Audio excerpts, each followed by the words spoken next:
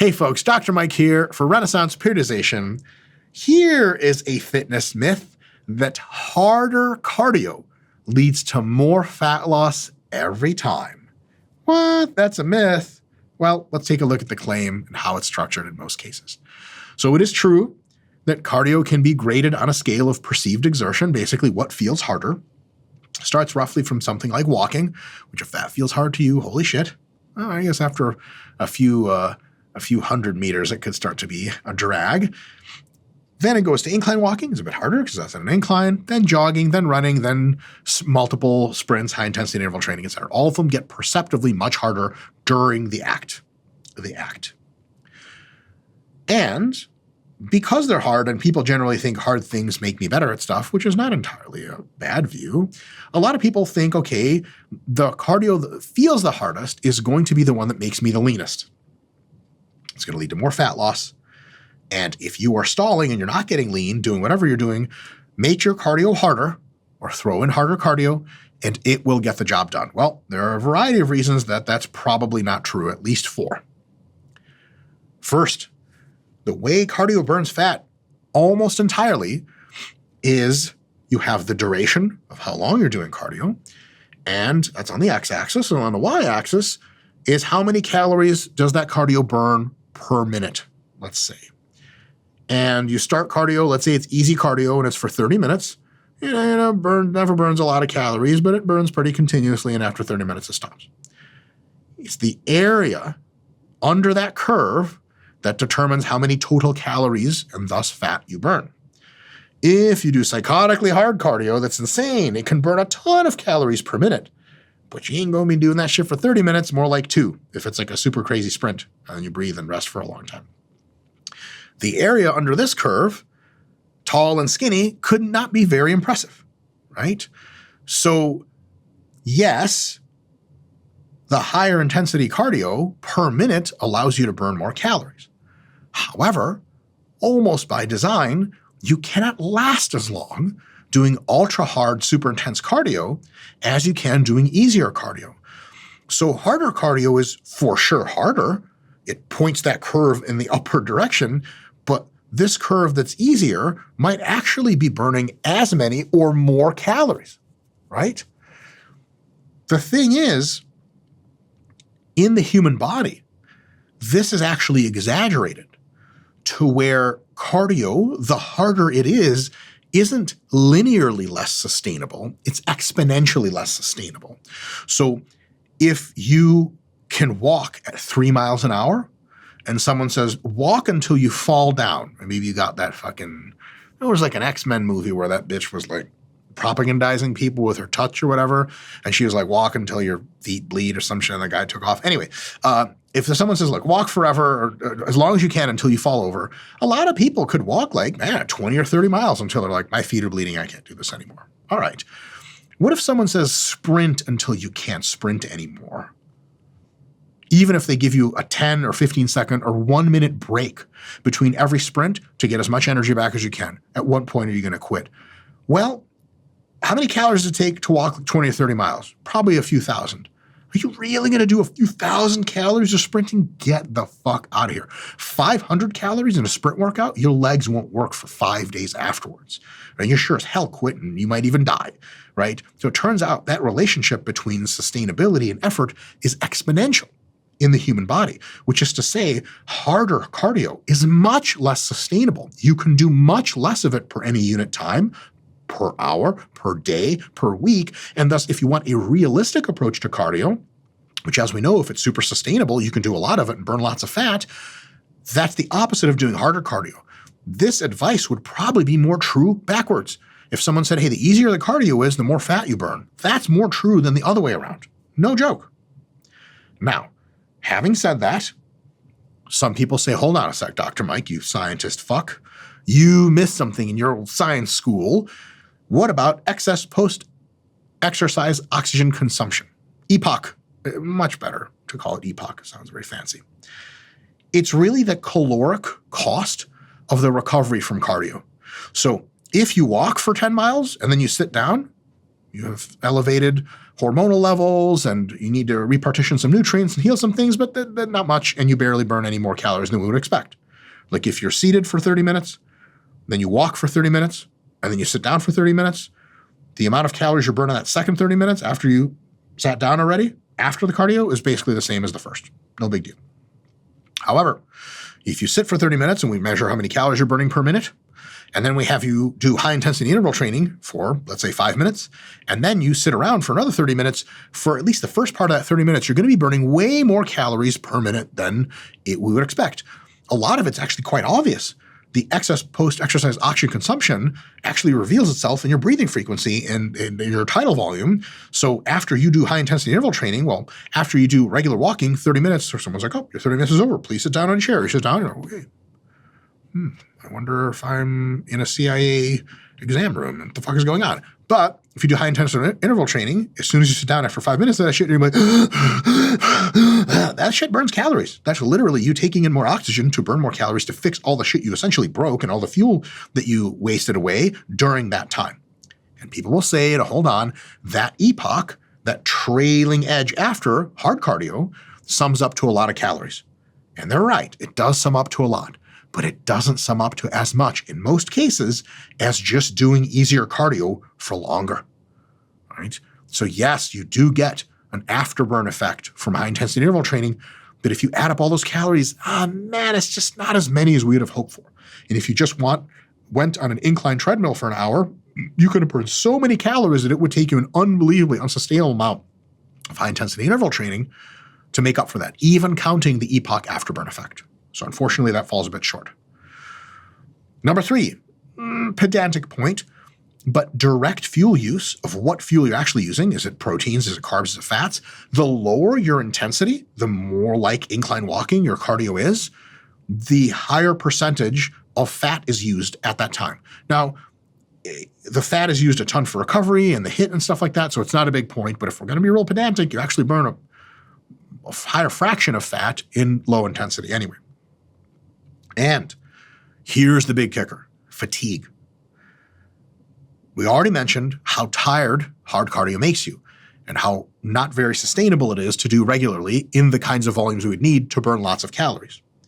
However, we didn't talk about joint wear and tear. People say, well, I'll just do high-intensity interval training 5 days a week. Really? On what machine? Like, well, on the treadmill, I'll run real fast and I'll slow down, run real fast, slow down. Sweet. Let me know in 1.5 weeks how your knees feel. And usually they're like, fuck, my knees are damn near coming off my body and I can't feel my ankles. Well, no shit. Ultra hard cardio tends to fuck up your joints more. That's not a bad thing. It's just as much as a known cost. Like I do Brazilian Jiu-Jitsu, it fucks my joints completely. My thumb right now, by the way, is a completely different size than the other one. It barely works. I don't know what's going on with that. I mean, I don't know what happened, but I'm trying to guillotine someone. Anyway, joint pain is a part of life, and it sure as hell is a part of sport and physical activity. But if you have lots of fat to burn over weeks and months, you want to pick the shit that hurts your joints least. Because look, you're probably still resistance training. You might do other sports. Your joints take a beating there. You don't want them taking a beating from cardio. And cardio is by definition so repetitive and so incessant that if it's hurting your joints in a non-sustainable way, that shit's going to get really out of hand really fast. There is a cap to how much joint disruption you can have until it takes off exponentially and your joints really start to get bad over the course of weeks and days. And that cap of physical activity is usually below what it would take to just burn all the fat you want through really, really high demanding cardio like sprints. Like, so I'll just do 40-meter repeat 95% sprints to do all my fat burning. Holy fuck. You might have to do like 10 of those a day to get the same calorie burning as you would for 30 minutes on a treadmill just walking. Like, okay, that seems fine. Really? 10 40-meter sprints per day, 6 days a week? You will fucking fry your hips and knees and ankles off of your body in a few weeks if you're not used to that sort of thing. So you couldn't say, well, I'll just ramp up slowly. That would work. But why? Why? Why not just do the 30 minutes of cardio? It's not that big of a deal. Consider that. All right. But as you consider it, here are some grains of truth. This is a kicker. This is important. If you only have a short time to train, let's say you're a super busy professional executive and right now you're in business class and you're like, oh, why not watch a Dr. Mike YouTube video? It may have happened once ever. If you only have, let's say, 30 minutes, 6 times per week or 4 times a week to train, and that's cardio-wise. Let's say you take your weight training some other time. If you only have like 4 or 6 days a week, 30 minutes at a time to do cardio, you better go hard because that's not enough time to really fuck yourself up unless you're doing like actual sprints. Incline walking, it's fine, but you can get on the elliptical and really rock hard because it won't fuck up your joints a ton, but you got to work much harder than just walking because you just don't have that much time. Look, if you're a bodybuilder, you don't have a day job, you're sponsored by a supplement company, you can do an hour of cardio in the morning and an hour in the evening. It's all low incline, whatever, that's fine. But if you're super busy, you can't jam it in and you only have a small amount of time per the week to do cardio, 2 things. 1, you need to burn as many calories as possible, so incentive to go hard. But also, you can't actually impose a ton of fatigue and a ton of joint fatigue because you just don't have the opportunity to do that much work. So you should be pretty close to maxing out all those times. Same works for weight training, by the way. If you only have a few minutes here and there to train with weights, you better be doing alternating compound supersets, push and pull, 10 to 30 seconds rest between sets, go, compound movements. You're going to feel insane like death at the end, but you got to push it hard if you don't have a lot of time to push it if you want really, really good results. Now, if you can maintain the duration of cardio and keep it sustainable, harder cardio does burn more fat.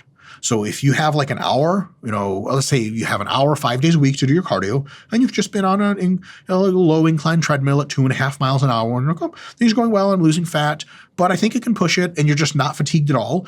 Try 3 miles an hour and, a 5% incline instead of a 2% incline. You will burn more calories. You will burn more fat if you can maintain that duration still, whatever, an hour, 5 days a week, and it's still sustainable, then great, then do it. So what we're saying here isn't that hard cardio is bad. Unsustainably hard cardio is bad because it's short-sighted. Harder cardio will burn more fat. It's healthier too by a long shot. If you want maximum body health for longevity and quality of life, the more unreal cardio shape you're in, the better health you will be, almost 1-to-1. So if you want to push the cardio to get healthy, amazing. Sustainability is a factor, but amazing nonetheless. And it'll just get you in fucking amazing shape. So if you can go harder and you want to go harder and sustainability and duration is not an issue, fucking go harder. You don't need to be doing a mile an hour on the flat treadmill and be like, I don't want to overdo it. Go hard, just not too hard. That's the real big thing.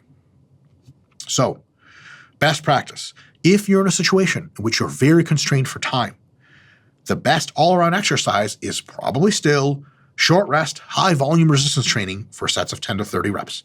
Do as many pull-ups as you can or pull-downs. Do as many push-ups as you can. Repeat that 5 times with 10-second break between pull-ups and push-ups, and then between the other round, 30-second break. So you basically the entire time. And then as soon as you've done that, go to do squats, and then superset them with shoulder presses or something. Boom, boom, boom, just like that. You pick like 6 total exercises. 20 minutes later, you're fucked. Your whole body's fucked in the best way possible. It's not sustainable to do for 2 hours. Good news, you don't have 2 hours. On top of that, if you have time to do the cardio that's fun and sustainable. So if that's hard cardio, great. And here's another thing. It doesn't have to be either or. If you have 6 days a week in which you can do cardio, 3 of them can be slow walking on an incline treadmill, super sustainable. 2 of them can be very high intensity interval training, not sustainable, but it's only 2, no big deal. And then 1 of them can be moderate on the elliptical. That's 6 sessions. And because they're different modalities and not all of them are hard, some are easy, some are hard, some are moderate, the cumulative fatigue over the course of the week essentially falls to close to 0, and then you can sustain it. So it doesn't have to be like, oh no, hard cardio is bad. Too much hard cardio is bad. But some is totally fine, as long as it fits into your plan. That being said, if you want to make the most serious attempt you can possibly make at being very, very lean and getting much leaner, low intensity, high volume cardio, essentially incline walking, maybe some slow elliptical, is probably the best type of cardio from a stimulus to fatigue perspective. The stimulus being how many calories can it burn, and the fatigue being how much does it screw you up for everything else and fuck up your joints. Almost all the leanest people in the world, which are to say competitive bodybuilders, do this kind of cardio and very little else. And there's no obvious way in which going harder than this will get you leaner. If going harder on cardio got people predictably leaner, a lot more pro bodybuilders would be doing it. And yeah, sure, maybe they're lazy. But many bodybuilders at a high level have figured out that if they try to go really hard on the cardio, they get more injuries, way more fatigue. It fucks up their training. It for sure fucks up their leg training. And it doesn't actually seem to make them that much leaner. Whereas if they go easier on the cardio, just do plenty of it, everything is really good and they get lean consistently. No, it's not as fun. Look, incline treadmill walking is like some kind of fucking death torture. I don't wish that shit on my worst enemies. But if it gets the job done, and it gets the job done the best, it's probably a good idea to use. The way to cheat around that is the new generation of shit. Get you a step tracker, any model works, 10 to 15,000 steps per day on average, control the diet, reduce the nutrients as much as it takes to get you to lose a certain percent per week, and voila, you're on your way to being ultra lean. All you have to do is walk around and do normal shit throughout the day, get on the treadmill to make up what you don't have at the end of the day or some other time, you're good to go. So yeah, that's not very hard.